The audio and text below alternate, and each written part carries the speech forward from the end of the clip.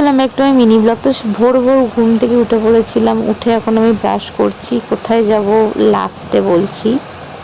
তো রেডি হয়ে গেছিলাম আর এখন বেরিয়ে পড়েছি। আর যেহেতু কালকে প্রচণ্ড বৃষ্টি হয়েছিল তো আমাদের এখানে জল জমে গেছিলো, তাই তো সেজে গুজে এখন আমি জল পাড়িয়ে পাড়িয়ে যাচ্ছিলাম।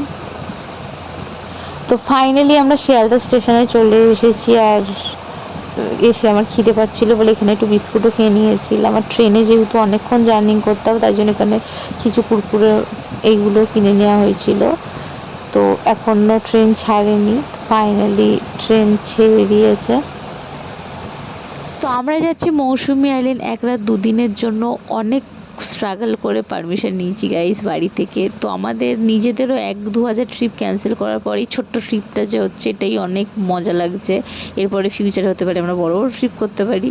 তারপরে আমরা লঞ্চ ঘাটে চলে এসেছিলাম। তো লঞ্চে করে ওপারে যেতে হবে, তারপরেই মৌসুমী আইল্যান্ড। তো গিয়ে দেখা হচ্ছে।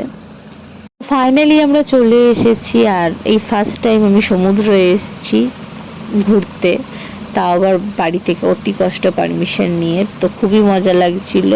আর এখন আমরা হোটেলে এসে গেছিলাম, এখানে কিছু চেকিং করা হচ্ছিল, তো তাই জন্য আমরা ভাবলাম একটু দোলনা চলে নিই, কেন এখানে দুটো দোলনা ছিল। রুমেতে এসে কিছুক্ষণ রেস্ট নিয়ে এখন আমরা স্নানে যাওয়ার জন্য রেডি হচ্ছিলাম। আর আমি এখানে রেডি হয়েছিলাম এত সুন্দর করে স্নান করতে যাব বলে, ভাবছো না ফটো তুলবো, যাতে অনেক ফটো তুলবো। ঘুরতে আসার কারণই ওটা, যাতে অনেক ফটো ওঠে, অনেক সুন্দর সুন্দর ভিডিও হয়।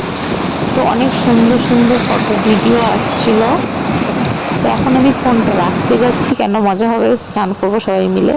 যেহেতু আমরা রুমে এসে একটু রেস্ট নিয়ে স্নান করতে চলে গেছিলাম, তো তখন আমরা ওয়েলকাম ড্রিঙ্কসটা খাইনি। তারপরে চান করে এসে ফ্রেশ হয়ে এখন আমরা খাচ্ছিলাম, তারপরে আমরা লাঞ্চ করতে বসবো। আর আজ সারাটা দিন কী কী করলাম সেটা সেকেন্ড পার্টে দেখা হবে। তো